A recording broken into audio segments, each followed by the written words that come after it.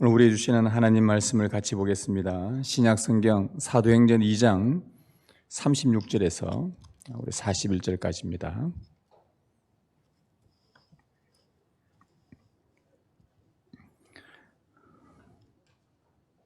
사도행전 2장 36절에서 우리 주보에 42절 되어 있는데 우리 41절까지만 읽도록 하겠습니다.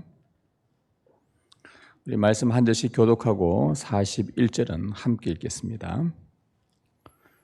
그런즉 이스라엘 온 집은 확실히 알지니 너희가 십자가에 못 박은 이 예수를 하나님이 주와 그리스도가 되게 하셨느니라 하니라.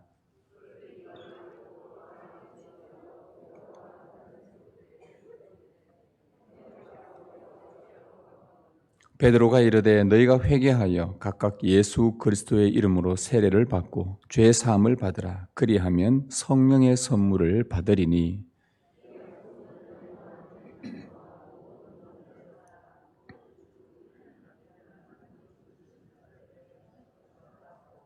또 여러 말로 확정하며 권하여 이르되 너희가 이 패역한 세대에서 구원을 받으라 하니, 그 말을 받은 사람들은 세례를 받음에 이날의 신도의 수가 3,000이나 더하더라. 아멘. 주님 감사합니다. 이제 우리가 주의 말씀을 듣겠습니다. 이 시간 주님 우리에게 말씀하여 주옵소서. 성령의 빛을 비추사 주의 말씀을 깨닫는 은혜가 우리 안에 나타나게 하옵소서. 우리 주 예수 그리스도의 이름으로 기도드립니다. 아멘. 예수님께서 지상 사역을 마치고 승천하시기 전에 중요한 말씀을 한 가지 남겨놓으시고는 제자들을 불러 모으셨습니다. 그리고는 교회를 세우는 데에 아주 중요한 마지막 명령을 말씀하셨습니다. 너희는 가서 모든 민족을 제자로 삼아 아버지와 아들과 성령의 이름으로 세례를 주고 내가 너희에게 분부한 모든 것을 가르쳐 지키게 하라. 예수님의 승천하시기 전 제자들을 불러 놓으시고 마지막 하신 명령이었습니다. 제자들은 모든 민족을 예수님의 제자로 삼으라는 이 명령을 듣고 나서 그때부터 생명 다하기까지 그 사명을 감당하기로 하나님 앞에 서약을 합니다. 지상 명령이어서, 즉 더할 수 없는 가장 높은 명령이어서 그들은 자나깨나 항상 예수의 제자 삼는 일에 헌신해야만 했습니다. 이런 면에서 이 땅에 지금도 모든 사역자는 예수님의 제자로 삼는 일, 신자들을 예수의 제자로 삼는 일에 헌신하도록 부름을 받은 자들입니다. 여러분, 예수님께서 제자를 삼으라고 하시면서 우리에게 알려주신 방법이 있는데 그 원리는 두 가지입니다. 하나는 세례를 주라고 했고, 하나는 예수님의 가르침을 배우게 하는 것이었습니다. 예수님의 제자가 되는 방법은 이 두 가지 과정을 반드시 거쳐라는 겁니다. 세례를 주는 것과 예수님의 가르침을 꼭 배우게 하는 것. 이 두 과정을 성실하게 거칠 때에 예수님의 신실한 제자가 됩니다. 만약에 이것을 등한시한다든, 둘 중에 하나를 등한시한다든, 둘 다를 우리가 좀 무관심하게 생각한다고 한다면 그는 믿음을 잃을 뿐만 아니라 교회에도 아주 큰 어려움을 야기할 수 있다는 것을 우리에게 말씀을 하셨습니다. 가령 초대교회 때 이 명령을 받고 사역을 하던 중에 아나니아와 삽비라 부부의 경우, 그들이 세례는 받았는데 가르침을 제대로 성실히 받지 않아서 옳지 못한 마음으로 속이는 헌금을 하게 되죠. 그 결과 어떤 일이 벌어졌습니까? 교회에 큰 어려움을 찾아왔습니다. 사단이 틈타는 일이 찾아오게 된 것이죠. 그래서 이런 마귀의 미혹이 교회에 틈타지 못하도록 교회는 좀 고되고 힘들지만 바르게 세례를 베푸는 일과 바르게 예수님의 분부한 것을 가르치는 이 일에 전심을 기울여야 합니다. 이것이 교회를 세우는 아주 중요한 원리이기 때문입니다. 따라서 교회는 이 사역에 힘을 집중하고 또 당회는 이 사역에 동참할 수 있도록 성도들을 계속 권면을 해야 합니다. 원래 우리가 리딩지에서 성경 통독을 하는 이유도 바로 이런 배경에서 나온 것입니다. 오늘 읽은 그 말씀 중에 41절을 보시면, 마지막 절 보시면 그 말을 받은 사람들은 세례를 받음에 이날의 신도의 수가 3,000이나 더하더라. 예수님의 명령을 따라서 행했던 그 제자들이 이제 본격적으로 첫 번째 사역을 행했는데 거기에서 3,000명이나 되는 숫자가 세례를 받고 신자가 되는 그 역사가 일어났습니다. 세례를 주었는데 그 예수를 믿겠다고 막 수천 명이 몰려온 것입니다. 놀라운 기적이죠. 제자들은 이제 그 세례받은 3,000명, 세례받은 다음에 그들을 예수님이 분부한 가르침으로 견고하게 잘 가르쳐서 아주 굳건한 제자로 세우는 일에 이제 이 제자들이 이제 해야 할 사명이 남아 있는 것입니다. 오늘 본문은 바로 이 제자가 되는, 예수님께서 너희가 가서 제자로 삼으라 하면서 제자가 되는 첫 번째 과정인 세례에 초점을 맞추고 있습니다. 그리고 우리가 다음 주에 42절 말씀을 통해 예수님이 가르친 분부한 가르친 내용들을 중심으로 말씀을 들으려고 합니다. 그래서 오늘은 예수님의 제자가 된다는 게 뭐냐? 예수님이 말씀하신 것, 너희가 가서 제자를 삼아라. 그것은 곧 세례를 주라는 말인데 바로 이 세례에 초점을 맞추어서 함께 좀 말씀을 들어보려고 합니다. 여러분, 예수님의 명령에 보면 제자가 되는 첫 단계가 세례를 받는 것입니다. 세례를 주고라고 했습니다. 어떤 과정을 거쳐서 세례를 받는지 우리는 좀 자세하게 살펴볼 필요가 있습니다. 이것은 오늘 우리에게도 매우 중요합니다. 그래서 오늘 이 말씀을 통해서 아직 세례받지 않은 분들은 내가 세례를 받아야 되는 거구나, 세례를 꼭 받아야 되겠다라는 그런 사모함이 있기를 바라고, 또 이미 세례나 입교를 받은 분들은 우리가 다시 세례 받지는 않지만 세례교인으로서 우리가 매주 주님 앞에 어떤 자세로 나와야 되는가 하는지를 좀 배우는 좋은 시간이 되기를 바랍니다.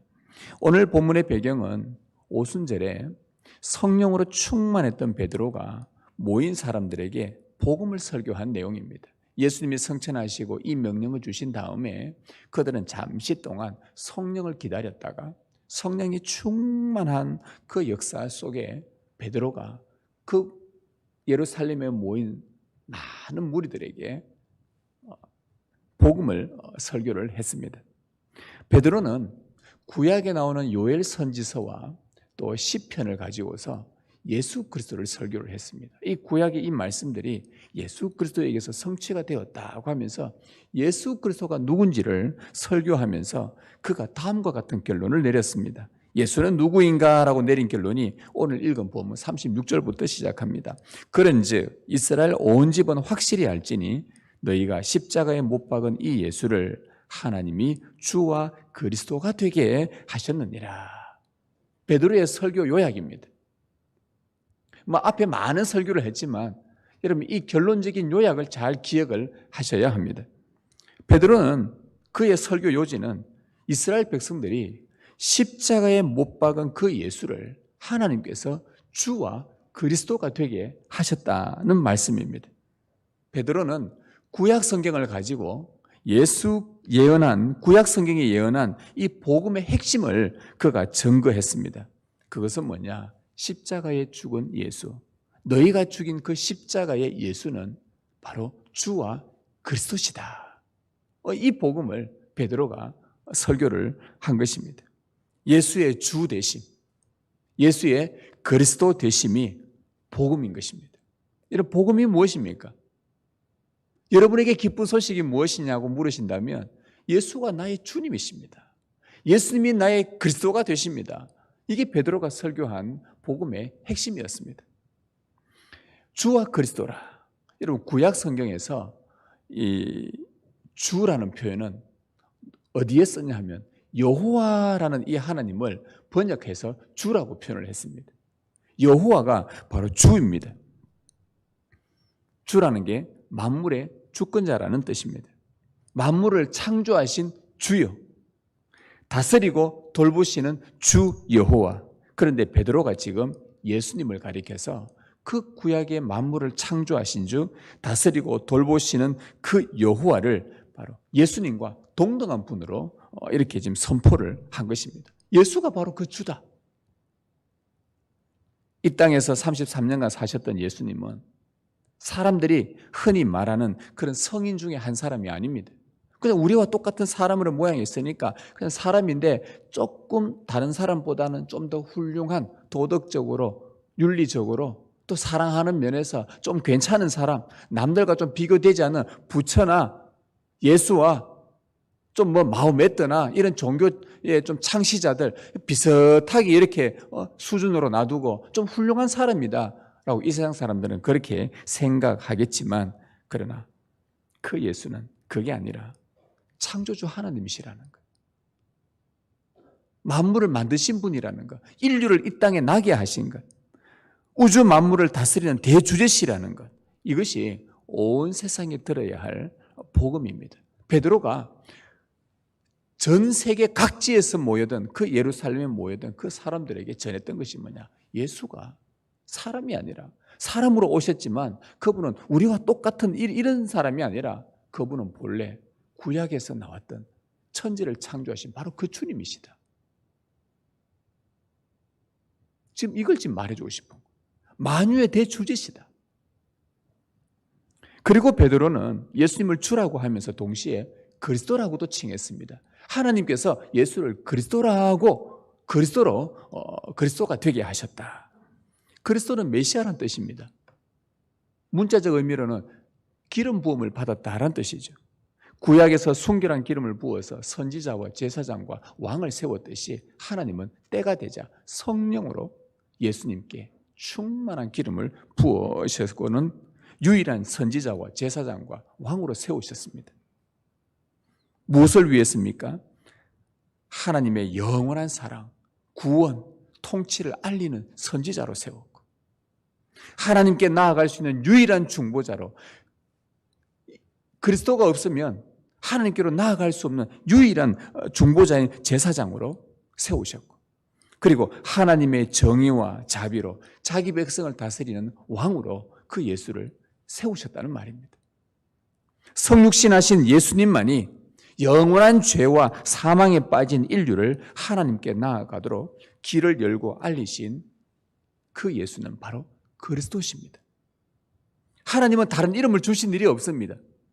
다른 이로서는 하나님께 나아갈 수 없고, 다른 이로서는 구원받을 수 없고, 그리스도이신 예수 외에 천하 사람 중에 구원받을 만한 다른 이름을 이 땅에 주신 일이 없습니다.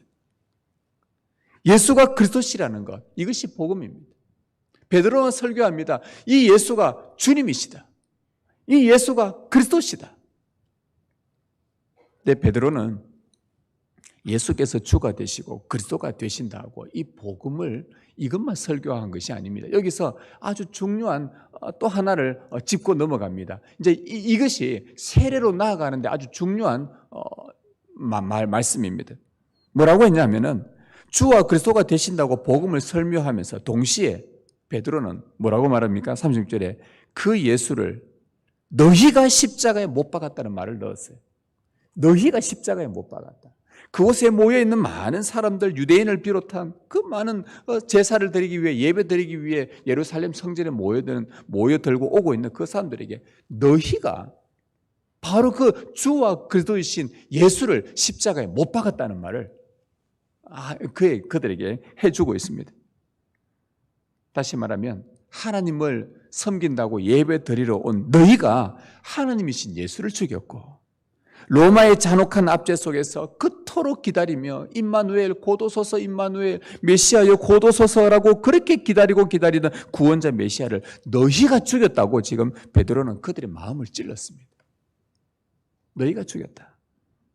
자, 하나님을 죽였다. 하나님께 나아가는 중보자를 죽였다. 그들이 구원받을 길이 있습니까? 하나님을 죽였고 하나님께 나아갈 수 있는 유일한 길인 그 중보자 메시아를 죽였다. 이보다 더 큰 죄가 어디 있습니까? 이들이 구원받을 길이 있습니까? 이보다 더 끔찍한 일이 어디 있습니까? 이보다 더 비참한 일이 어디 있습니까? 여러분, 예수님을 죽인 것이 죄예요. 여러분, 죄가 무엇입니까? 다양하게 정의할 수 있습니다. 죄라는 것을. 성경에서 다양한 곳에 답을 말할 수 있는데 오늘 이 말씀에서 맥락에서 본다면 죄라는 것은요, 예수님을 죽인 것이 죄입니다. 이 사람들은 말합니다. 나는 예수가 하나님인 줄 몰랐다. 내가 알았으면 죽였겠냐? 그렇게 변명할 수도 있습니다. 나는 메시아인 줄 몰랐다. 그리스도인 줄 몰랐다. 그 많은 군중들이 모여가지고는 어느 날 저 예수를 따라가더니만 어느 날 갑자기 저 예수를 십자가에 못 박자고 하니까 나도 그런 줄 알고 그 따라가다가 저 사람은 죽어야 되는구나. 뭔가 잘못했겠지. 저 사내들인 공회 대제사장과 서기관과 바리새인들이 회의를 하다가 저는 죽여야 된다. 뭔가 그랬으니까 저 죽어야 되는가 보다. 그렇게 모르고 내가 죽였지. 그가 하나님인 줄 그리스도인지 나는 몰랐다. 이게 핑계가 될까요? 모르고 죽이면 죄가 없는 것이 됩니까? 예수에 관해서 무지해서 죽였으니 용서가 됩니까? 최후의 심판대 앞에 딱 섰는데 나 예수님 몰랐다고. 내가 알았으면 내가 예수 안 믿었겠냐고. 여러분 그게 통하겠습니까? 아니요. 예수님이 누군지 알려고 하지 않은 게 죄고요. 무관심한 게 죄고요. 자기 일에 바빠서 예수님을 배우려고 하지 않은 것이 죄고요. 그래서 무지했고 그러다 보니 예수님을 내 인생의 주로 받아들이지 않고 그리스도로 인정하지 않게 되는 것, 이것이 죄입니다. 얼마나 끔찍하고 비참한 일인지 몰라요. 이게 죄라는 말입니다. 가장 무서운 죄예요. 여러분 베드로가 예수님을 전하면서 그 예수를 못 박아 죽인 자들의 죄도 지적한 이유가 뭐겠습니까? 예수는 주와 그리스도다 라고 설교하면 됐지 왜 거기다가 그들의 죄까지 지적했을까요? 깨달으란 말입니다. 네가 죄인이란 걸 깨달으란 말이에요. 오늘 우리는 예수님을, 여러분은 2000년이 지난 우리는 유대인도 아니고 예수님을 못 박는데 그 자리에 현장에도 없었고, 그런데 여러분 예수님을 죽인 장본인들입니까? 라고 물으면 여러분 뭐라고 대답합니까? 그래. 예수를 몰랐던가, 알려고도 하지 않았던가, 그분에 대해서 무관심했던가, 무지했던가, 내가 예수님을 죽인 자구나. 내가 하나님께서 주와 그리스도가 되신 예수를 내가 죽였구나. 내가 구원받을 길 어디 있냐? 어떻게 하면 좋겠느냐? 이걸 깨달으라는 거예요. 동시에 그곳에서 돌이킬 수 있는 기회가 주어졌다는 것도 알려주는 겁니다. 여기서 구원의 중요한 원리를 우리가 하나 배우게 되죠. 누구든지 구원받으려면요, 제일 먼저 복음을 들어야 한다는 겁니다. 베드로의 설교를 들어야 된다는 거예요. 베드로가 설교한 것처럼 예수께서 주와 그리스도가 되신다는 이 복음이 들려야, 그리고 주와 그리스도이신 예수를 내가 몰라서 죽였다는 이 끔찍한 죄도 인정해야 구원으로 인도될 수 있는 길이 열린다는 거예요. 따라서 세례는 복음을 듣는 것에서부터 출발합니다. 여러분, 우리가 교회에서 세례 받고 싶다 할 때에 저 세례 주십시오 한다고 세례 주지 않습니다. 교회가 세례 주기 전에 예수님에 관한 복음을 가르치는 이유가 바로 이 원리 때문입니다. 복음을 알지 못하면 예수가 누군지도 모르고, 복음을 듣지 않으면 우리가 예수님을 죽인 죄인인지도 모르기 때문입니다. 그래서 여러분 말씀을 사랑하셔야 됩니다. 예수님에 대해서 자꾸 알아가야 됩니다. 나는 예수님에 대해서 다 안다고 생각했는데 또 성경을 펼쳐보면 예수님을 또 깊이 묵상하게 되고 또 그분에 관한 교리를 또 배우게 되고 예수가 이런 분이시구나. 내 삶에 깊숙이 들어와서 나를 또 찌르고 또 찌르는 거예요. 여러분 말씀을 사랑하셔야 돼요. 그래서 우리 앞에 구원의 길이 열리는 것입니다. 자, 여러분 베드로가 이 복음을 설교하자 하면서 죄를 지적하자 이제 사람들의 반응이 나타납니다. 37절에 그들이 이 말을 듣고 마음에 찔려 베드로와 다른 사도들에게 물어 이르되 형제들아 우리가 어찌할꼬 하거늘.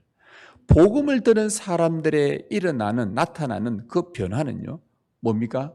마음에 찔림을 받는 거예요. 복음을 딱 듣고 나면 그게 반응하는 첫 번째 변화가 마음에 찔림을 받는 겁니다. 여러분 복음을 듣고 마음에 찔리는 여러분 그런 경험 있으십니까? 그 사람은요 구원받을 사람입니다. 구원받지 않을 사람은 마음에 찔림을 받지 않습니다. 더 완악해집니다. 예수를 더 공격합니다.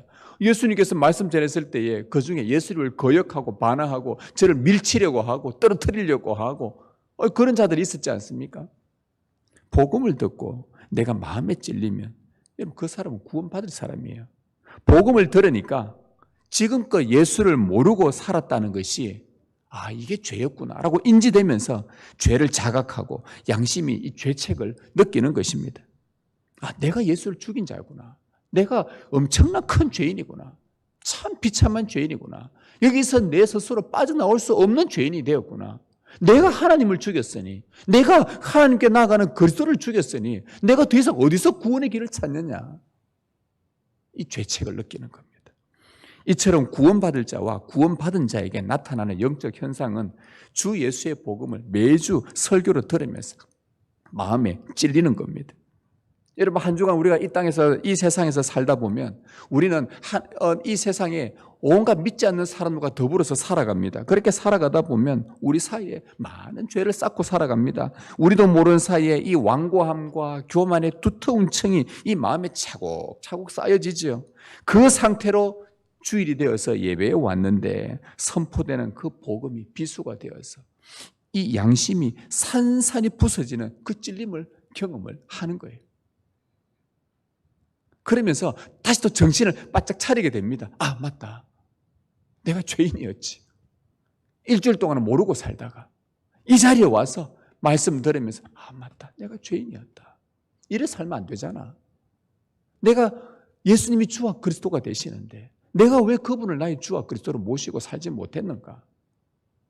이게 한번 찔림을 받는단 말이죠. 만일 복음을 듣는데 찔림이 없으면 둘 중에 하나입니다. 이 전하는 복음이 잘못됐던가, 설교에 문제가 있던가, 복음이 아니던가, 아니면은 양심이 화인 맞아서 이 불도장에 꽉 찍힌 것, 화인을 맞아서 이 영혼이 무감각해진 상태입니다. 아무리 꼬집어도 안 아픈 거죠. 신경이 죽은 거예요. 하나님에 대해서 신경이 죽은 거예요. 아무리 찔러도 눈 끔찍하지 않는 거예요. 그것이 반복되면 마지막 심판의 날에 하나님의 진노를 너희가 쌓아간다라고 바울이 경고를 한 적이 있습니다. 여러분은 어떤 사람입니까? 복음을 듣고 매주 찔리십니까? 그리스도인이라면 그렇게 복음에 듣고 찔리는 현상이 지극히 정상적입니다. 여러분들이 찔림을 받으면, 말씀을 듣고 찔림을 받으면 내가 죄인이구나. 참 돌이킬 수 없는 비참한 죄인이구나. 이 찔림을 받잖아요. 그러면 여러분 구원받은 길로 지금 인도되고 있는 것입니다. 그러면 자신의 죄를 인지하고 죄에서 빠져나올 수 있는 길을 찾게 돼요. 양심에 찔린 사람들이 사도들에게 묻지 않습니까? 우리가 어찌 알고 어쩌면 좋겠느냐, 이 어찌 알고 찔림을 받고 나니까 어떻게 했으면 좋겠는가 하고 그 설교를 전해주는 사도들에게, 복음을 전해주는 자들에게 묻습니다. 이게 빠져나올 수 있는 길이거든요. 빠져나올 수 있는 길이 뭐냐? 이제 그러면 어쩌면 좋겠냐? 내가 예수를 죽였는데, 내가 예수를 죽인 장본인인데 그럼 나 어떻게 하면 좋겠느냐? 그러자 베드로가 해결책을 알려줍니다. 38절에 베드로가 이르되 너희가 회개하여 각각 예수 그리스도의 이름으로 세례를 받고 죄 사함을 받으라. 두 가지를 말합니다. 회개해라, 세례 받으라. 이제 여기서 나옵니다. 찔리는 마음을 해결하는 길은 회개와 세례입니다.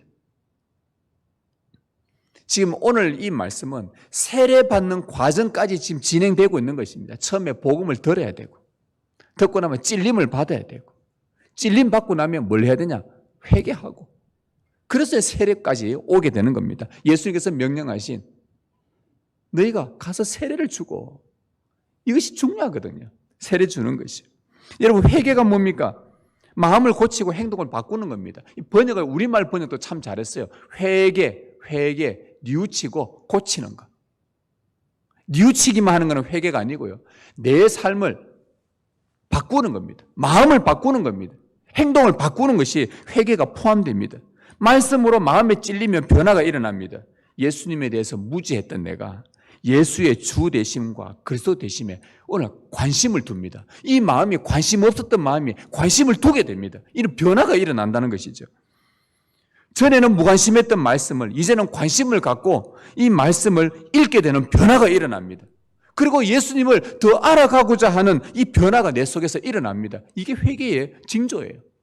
여러분 회개하셨습니까? 회개하셨으면 이런 징조가 나타나야 됩니다. 무관심했던 그분에 대해서 진짜 그분이 나의 주님이시나, 나의 그리스도가 되신가, 주와 그리스도 되심에 자꾸 마음이 더 가게 됩니다. 원래는 그런 마음이 없었는데. 여러분, 우리가 신앙 고백서로 받아들이는 하이델베르그 교리문답 제88문에 보면 진정한 회개가 무엇입니까? 라고 물어요. 자, 여러분에게 어떤 믿음이 연약한 자가 찾아와서 묻습니다. 마음에 자꾸 찔림도 받고 회개를 하고 싶은데 목사님은 회개하라 하는데 여러분에게 물어요. 저한테 직접 와서 묻기는 좀 그렇고 목사님이니까 여러분에게 저 회개가 어떻게 하는 겁니까? 라고 물으면 여러분 뭐라고 대답하시겠습니까? 그토록 회개 이야기하는데 진정한 회개가 무엇인지 물으면 우리가 의외로 대답을 잘 못해요. 그럼 우리 회개를 한번 다시 돌아봐야 된다는 말이에요. 진짜 회개를 하고 있는지. 그냥 그냥 잘못했습니다 말만 하고 있는 건지. 그 하이델베르그 요리문답 제88문에서 진정한 회개가 무엇입니까? 라고 이 질문에 성경을 통해서 그 교리문답은 이렇게 대답합니다. 진정한 회개란 옛사람이 죽고 새 사람으로 사는 것입니다. 바꾸는 것이죠. 옛사람으로 이미 죽었고 이제는 내가 바꾸어서 완전히 돌이켜서 새 사람으로 살아가는 것입니다 라고 대답을 해요. 옛 것은 죽고 새 것으로 사는 것, 즉 회개는 고치고 바뀌었다는 것입니다. 여러분, 교리문답은 이 옛사람이 죽었다는 것에 대해서 이렇게 설명해요. 하나님을 진노케 했던 죄를 마음으로 슬퍼하고 더욱더 미워하고 피하는 것, 이걸 옛사람이 죽었다라는 표현을 써요. 그전에는 죄를 내가 예수를 죽였는지 복음을 들어도 아무 감각이 없었는데 이제는 그 복음을 듣고 나니까 내가 찔림을 받으면서 이게 죄구나 하고 내 마음으로 슬퍼하고 내가 이제 죄를 정말 이 죄만 자꾸 떠올리면 미워지고 싫어지고 피하고 싶고 멀리하고 싶다는 겁니다. 이게 옛사람을 다 죽인다는 말이에요. 세상에 살면서 딱딱하게 굳은 이 심령이 상해지고 눈물과 통해로 마음이 바뀌는 것입니다. 예수님을 잘 몰랐던 죄를 슬퍼하고 미워해서 이제는 내가 그분을 좀 더 알아야 되겠다라고 이렇게 바꾸는 거예요. 옛것은 죽은 것입니다. 그리고 그 교리문답은 옛것은 죽고 그 다음에 새 사람으로 사는 것이라 했어요. 하나님 안에서 그 마음으로 즐거워하고 그분의 뜻을 따라서 성과 사랑과 기쁨으로 내가 살아가겠다. 이게 진정한 회개라고 정의를 내렸습니다. 선으로 사랑으로 기쁨으로 이제 하나님의 뜻을 추구하며 살아가겠다라는 그 마음의 변화가 일어나는 것, 이것이 진정한 회개입니다. 복음이 우리를 이렇게 만들어갑니다. 이게 복음의 강력한 역사예요. 복음이 들어오면 우리를 그렇게 바꾸어 갑니다. 우리가 바꿀 수 있는 힘이 있는 게 아니라 복음이 그렇게 우리를 바꾸어 가요. 얼마나 놀라운 일입니까? 예수님께서 회개하라, 천국이 가까이 왔느니라고 이 땅에 오시면서 세례를 받으시고 제일 먼저 선포하신 말씀입니다. 회개하라, 천국이 가까웠느니라. 예수님의 첫 메시지는 회개하라였어요. 천국이 가까이 왔다. 천국, 하나님 나라가 가까이 왔다. 주와 그리스도이신 예수가 하늘에서 이 땅에 내려왔다. 천국이 가까이 왔다. 그러니 너희가 미루지 말아라. 당장 바꾸어라. 너희 지난날의 삶을 당장 바꾸어라. 지금의 삶에서 방향을 즉시 바꾸어라. 미루지 말아라. 복음이 선포될 때에 찔림을 받으면 즉시 죄에서 돌이키라. 그리스도를 통해 죄 용서하시는 하나님의 그 사랑에 즉각 반응해라. 마음을 돌이켜서 하나님께로 향해라. 이것이 회개하라는 구원의 초청입니다. 우리는 이렇게 지금 예배를 드리지 않습니까? 우리 주보에도 보면 여러분 아시겠지만 우리 예배 순서 예전이 있습니다. 이걸 예전이라고 하는데 하나님이 부르십니다. 하나님이 용서하십니다. 하나님이 말씀하십니다. 하나님이 보내십니다. 나오는데 이 하나님이 용서하십니다라고 이 부분에 있어서 원래 장로교회 예배 예전은 원래 제고백 기도를 하기 전에 십계명 낭독이 있습니다. 예전에 저희 교회에서 십계명을 아마 여러분들 낭독했던 걸로 여러분들 아마 기억하실 겁니다.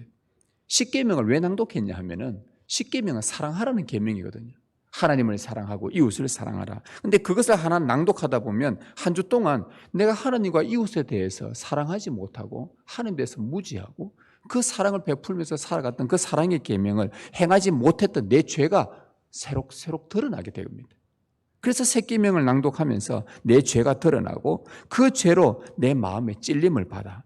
그래서 죄 고백의 회개의 시간을 우리가 갖는 거예요. 예배 예전에서 이 회개를 강조하게 되면 그다음에 하나님이 죄 용서하신다는 이 죄 사함이 훨씬 더 풍성한 은혜로 찾아오게 됩니다. 그래서 제가 참 이 부분을 고민하면서 제가 엊그제 우리 교육자들하고도 이야기하면서 이야기를 좀 다시 한번 들었었습니다. 그래서 우리 단계가 한번 논의해서 십계명을 통해서 바른 죄 고백과 회개로 은혜를 경험할 수 있는 이 방향으로 이 예전을 다시 한번 이런 십계명을 추가해서 다시 한번 우리가 죄에 대해서 깊이 인식하고 찔림을 받고 하나님의 은혜를 사모하게 되는 죄 사함이 얼마나 큰 은혜가 되는지 이것을 우리가 좀 그 방향으로 한번 나가야 되겠다라는 생각을 다시 한번 하게 되었습니다. 자, 이런 회개가 있은 다음에 그 다음에서야 무엇을 받게 되냐? 주 예수의 이름으로 세례를 받게 됩니다. 너희가 회개하여 각각 예수 그리스도의 이름으로 세례를 받고 죄 사함을 받으라. 세례를 받는다는 것은 진정으로 회개했다는 표시로 받는 겁니다. 전에는 예수님이 주와 그리스도인지를 몰랐는데 이제는 예수님에 대해서 무지했던 이 죄를 회개하고 마음을 완전히 바꾸어서 이제는 예수님이 나의 주님으로 내가 받아들이겠습니다. 예수님을 나의 그리스도로만 내가 믿겠습니다 라고 고백하는 것, 이게 세례 받는 행위입니다. 주 예수보다 더 귀한 것은 없네, 예수님 외에 그 무엇도 나의 주가 될 수 없습니다 라는 고백하고 세례를 받는 거예요. 여러분 그렇게 다 세례 받았지 않습니까? 처음 세례 받았을 때에 세례 공부할 때도 이 부분들을 고백하는 거잖아요. 예수님이 아니고서는 내가 하나님 아버지께로 나아갈 수 없습니다. 예수님은 나의 유일한 중보자이십니다 라고 고백하고 우리가 세례를 받아야 합니다. 그럴 때에 우리의 모든 죄가 용서를 받습니다. 죄 사함을 받는다는 거예요. 세례를 받고 죄 사함을 받으라. 십자가의 희생제물로 우리를 위해 흘린 그 그리스도의 보혈이 성령의 효력 있는 은혜의 역사로 우리에게 부어져서 우리 안에 죄 사함을 받게 되는 것입니다. 예배 순서에서 죄 고백 기도 다음에 예배 인도자가 죄 사함을 선언합니다. 말씀을 읽으면서 원래는 그 사이에 세례가 있어야 돼요. 그렇잖아, 그죠? 죄 고백 기도했고 그 다음에 세례가 있고 그 다음에 죄 사함을 선포가 있는데 이미 우리는 세례를 이미 받았습니다. 그래서 우리는 다시 세례를 받지 않기 때문에 그 순서에서 우리는 죄 고백하는 자들, 우리가 마음의 찔림을 받아 죄 고백을 해나갈 때에 바로 그리스도의 보혈이 효력 있게 역사하여서 우리가 그때에 죄 사함의 은혜를 받게 되는 겁니다. 아, 이게 하나님의 은혜구나. 내가 이 큰 죄에서 용서받았구나. 그러고 나면 하나님께서 주시는 선물이 있죠. 그게 뭡니까? 그리하면 성령의 선물을 받으리니. 성령의 선물을 받는다.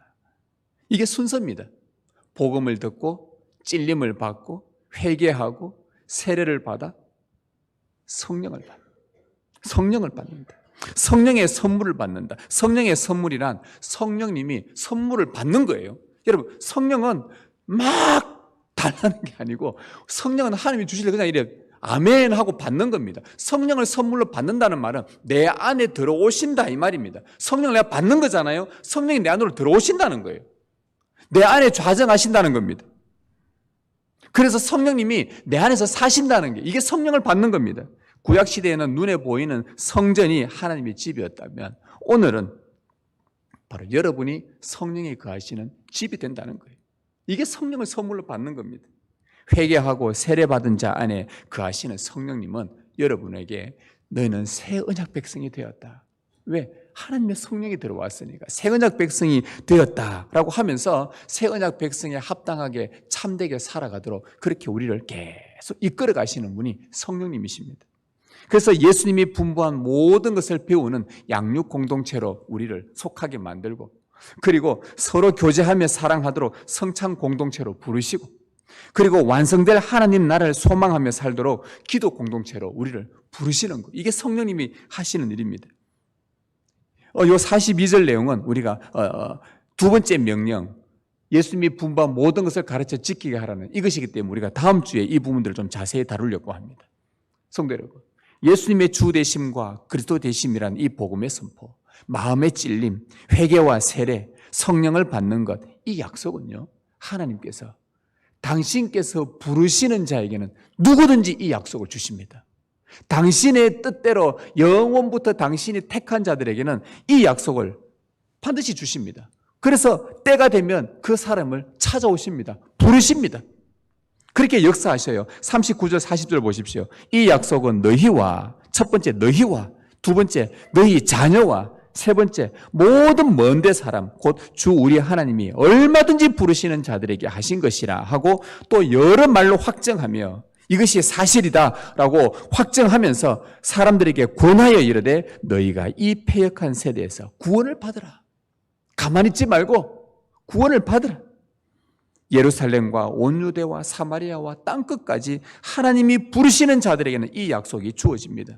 따라서 우리는 할 수 있는 한 어떤 수단과 방법을 동원해서 하나님의 선한 방법들을 사용해서 여러 말로 이 진리를 확정해야 됩니다. 강단에서 설교를 하고 여러분들이 서로 교제를 하고 사람들을 만나고 해서 여러분들의 여러 말들로 이 진리를 확정하며 사람들에게 자꾸 권해야 됩니다. 먼저 우리 자신에게, 그리고는 내 자녀에게, 그리고 모든 먼데 사람에게 하나님이 얼마든지 부르시는 자들에게 예수의 이름으로 세례받는 이 약속을 알려주어야 합니다.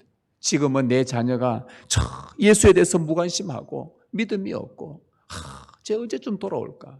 예전에 참 신앙생활 잘 했었는데 왜 저 대학 다니면서부터 교회를 나오지 않을까? 왜 믿음 생활 제대로 하지 않을까? 왜 양육 잘 받으려고 하지 않을까? 왜 이곳에 와서 그냥 가만히 앉아있다가 그냥 아무 생각 없이 집에 그냥 돌아갈까? 너무 답답한 거예요. 부모님들 봐도. 교회도 나오지도 않고 왜 이럴까? 그러나 주님이 얼마든지 부르시면, 얼마든지 그 영혼을 부르시면 그들도 찔림을 받고 회개하여 세례받고 성령이 거하시는 새 언약 백성이 될 수 있으니 여러분 포기하지 말고 기도하면서 교회가 이 사역을 놓지 않도록 계속 말로 확정하고 이 사역을 해나가는 것입니다.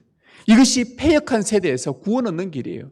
왜 예수를 저주하고 왜 예수를 따르지 않고 왜 무관심합니까? 패역한 세대이기 때문에, 이 세대 자체가 패역하기 때문에 패역하고 완고한 이 세대에 우리가 몸담고 살고 있으니 우리도 자꾸 오염되어지고 전염되어지고 그런 거예요. 세대가 패역한 거예요. 세대가 패역한 거예요. 사단이 주관하고 있으니까 이 패역한 거예요. 여기서 구원받는 길이 뭐냐? 세례 베푸는 일입니다. 그래서 예수님께서 세례 베푸는 것을 이토록 강조하신 거예요. 이게 너무 중요한 일이다. 한 인생이 바뀌는 것이에요. 한 인생이 지옥에서 천국으로 바뀌는 거예요. 마음이 바뀌는 겁니다. 예수에 관심 없던 자가 예수께 관심 있게 되는 거예요. 아, 예수님이 진짜 내 주인이다. 내가 다 내려놓아도 주님만 내려놓을 수 없다. 이 고백까지 바뀌어지는 거예요. 이게 은혜의 역사입니다. 하나님이 얼마든지 부르시는 자들에게 이 일을 행하시려고 하니 우리가 이 사역에, 교회가 이 사역에 전념을 해야 돼요. 우리는 복음을 들어도 조금도 양심에 찔리지 않는 이 패역한 세대에 살고 있습니다. 예수님에 대해서 무관심하고 거부하고 그분을 못 박는 세대에 우리는 살고 있어요. 그러고도 그것이 죄인 줄 모르고 살아가고 있습니다. 패역한 세대를 바꿀 수 있는 것은 복음뿐입니다. 복음을 들어야 됩니다. 복음은 사람의 마음을 바꾸고 예수님께로 돌이키게 합니다. 세례 베푸는 사역은 사람의 마음을 바꾸는 일이요, 죽은 자를 살리는 일이요, 교회를 세우는 본질입니다. 그래서 여러분 죽는 그날까지 이 복음을 사랑하십시오. 예수 그리스도의 복음을 여러분들 목숨같이 지키면서 사랑하십시오. 복음에 사로잡히십시오. 그리하여 마음의 찔림을 받아 회개하는 일이 여러분 안에 많아지기를 바랍니다. 그리스도의 보혈로 새롭게 되는 그 일들이 예배 때마다 일어나기를 진심으로 축복합니다. 성령님의 은혜로운 선물이 여러분 안에 끊이지 않기를 우리 주 예수 그리스도의 이름으로 축복합니다.